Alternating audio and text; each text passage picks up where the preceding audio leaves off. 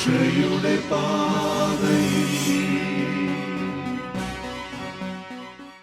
പ്രിയപ്പെട്ട മക്കളെ, എപ്രകാരം ഒരു ക്രൈസ്തവൻ ഭൂമിയുടെ ഉപ്പായിട്ട് മാറണമെന്നാണ് കഴിഞ്ഞ ക്ലാസ്സിൽ നാം കണ്ടത്. കഴിഞ്ഞ ഒരാഴ്ചയായി നിങ്ങൾ ചിന്തിക്കുന്നുണ്ടേ എന്ന് ഞാൻ വിചാരിക്കുകയാണ്. എപ്രകാരം, ഏതൊക്കെ മേഖലകളിൽ, ഏതൊക്കെ രീതികളിൽ നമ്മുടെ ചുറ്റുവട്ടങ്ങളിൽ, നമ്മളായിരിക്കുന്ന സമൂഹത്തിൽ, കുടുംബത്തിൽ, നമ്മുടെ കൂട്ടുകാരുടെ സൗഹൃദ വലയത്തിൽ നമുക്ക് ഒരു ഉപ്പായിട്ട്, നല്ല രുചി പകരുന്ന, നന്മയിലേക്ക് രുചി പകരുന്ന ഉപ്പായിട്ട് മാറാൻ പറ്റുമെന്ന് ചിന്തിച്ചുവെന്ന് എനിക്കറിയാം. ഇന്ന് നാം അതിൻ്റെ രണ്ടാമത്തെ ഒരു വശം കാണാൻ പോവുകയാണ്. ലോകത്തിൻ്റെ പ്രകാശമാവാൻ വിളിക്കപ്പെട്ടവനാണ് നാം ഓരോരുത്തരും. പ്രകാശത്തിൻ്റെ വില അറിയണമെങ്കിൽ കാഴ്ചയില്ലാതാവണമെന്ന് ഇങ്ങനെ പറയാറുണ്ട്.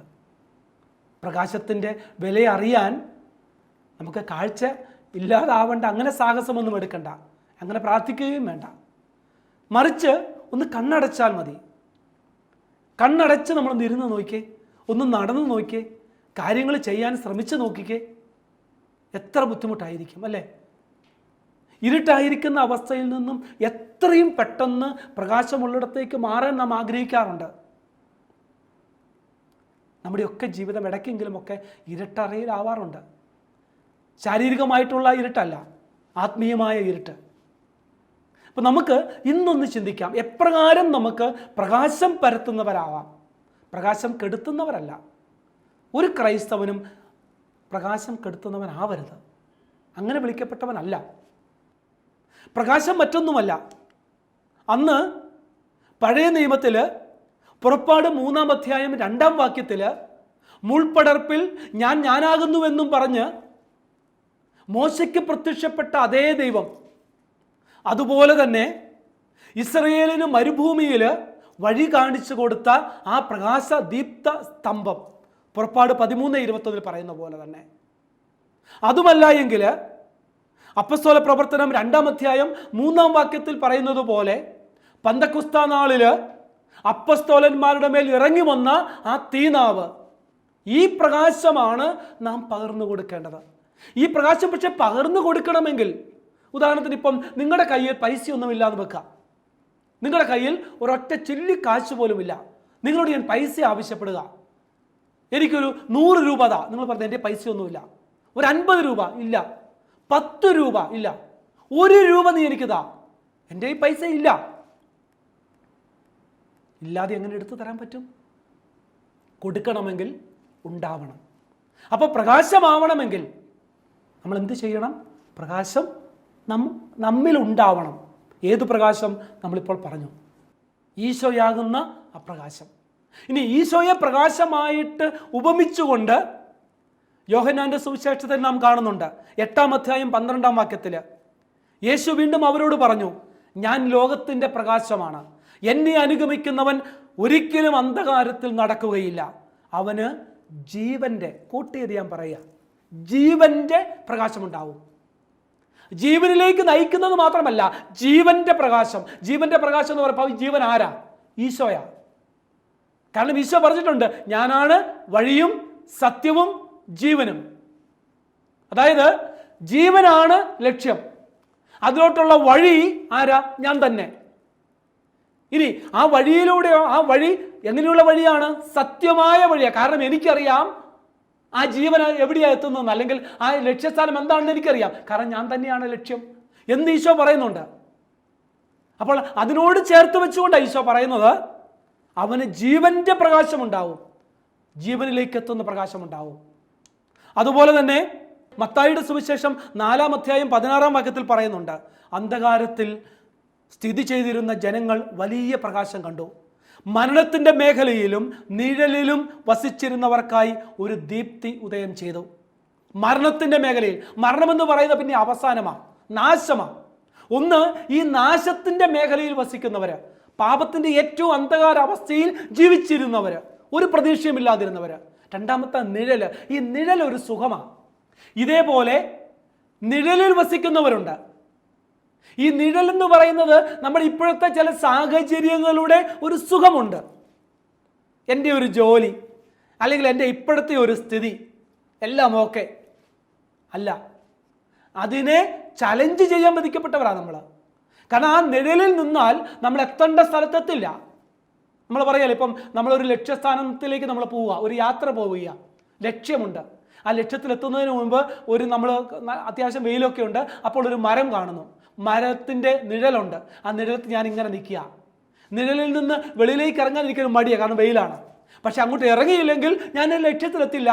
ഇതുപോലെ പ്രിയപ്പെട്ട മക്കളെ, പലപ്പോഴും നമ്മുടെ ജീവിതത്തിൽ നമുക്ക് നഷ്ടങ്ങൾ ഉണ്ടാവാറുണ്ട്.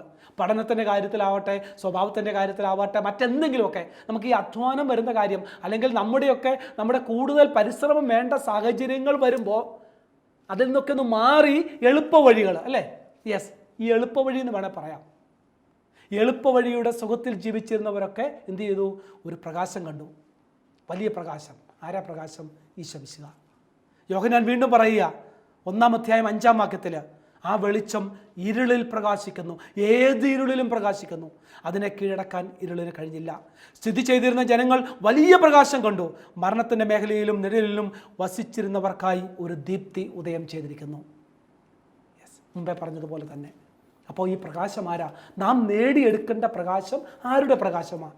ഈശോയുടെ പ്രകാശം, ആ ജീവൻ്റെ പ്രകാശം.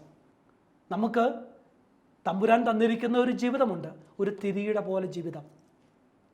എന്തിനാണ് ആ ജീവിതം നാം ചിലവഴിക്കുന്നത്? ചിലർ നമ്മുടെ താലന്തിൻ്റെ ഉപമയിലെ ആ ഏറ്റവും അവസാനത്തെ ഒരു വൃത്യനുണ്ടല്ലോ, ഒരു താലന്ത് കിട്ടിയവൻ കൊണ്ടുപോയി കുഴിച്ചിട്ടിട്ട് യജമാനൻ വരുമ്പോൾ എടുത്തുകൊണ്ടേ കൊടുക്കുന്ന ഒരുത്തനുണ്ട്, അല്ലേ? ഒരു മാറ്റവുമില്ലാതെ. അതുപോലുള്ളവനോട് പറയുന്നുണ്ട്, എടുത്തവനെ പുറത്തേക്ക് വലിച്ചെറിയാനാ പറയുന്നത്. അപ്പോൾ ഒരു തിരിയായിട്ട് ഞാൻ ജനിച്ചിട്ട് പ്രകാശം പകരുന്നില്ല എങ്കിൽ തമ്പുരാൻ ഇതായിരിക്കും പറയുക, എടുത്ത് വലിച്ചെറിയുക. കാരണം ഈ തിരി കൊണ്ട് പ്രയോജനമില്ല. തിരി എന്തിനുള്ളതാ? തിരി പ്രകാശം പകരാനുള്ളതാ.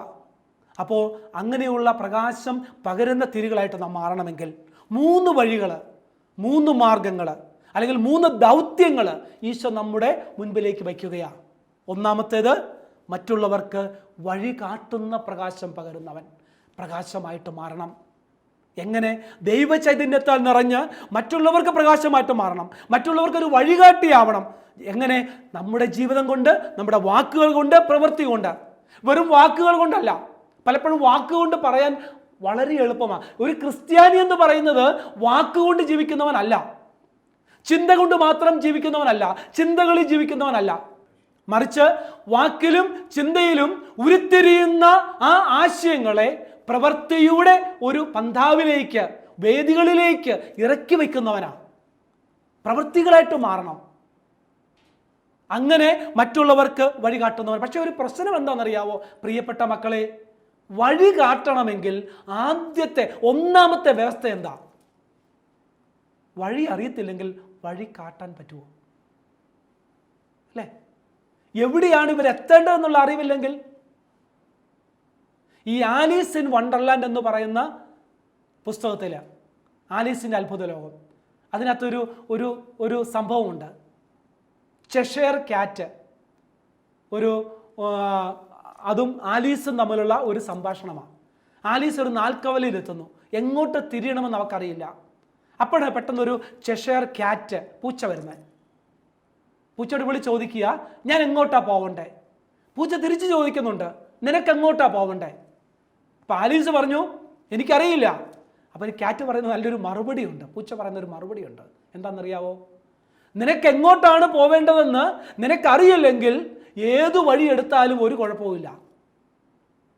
ശ്രദ്ധിച്ചു കേട്ടെ, നിനക്ക് എങ്ങോട്ടാണ് പോവേണ്ടതെന്ന് നിനക്കറിയില്ലെങ്കിൽ ഏതു വഴി എടുത്താലും ഒരു പ്രശ്നവുമില്ല, എല്ലാം പെരുവഴിയാ.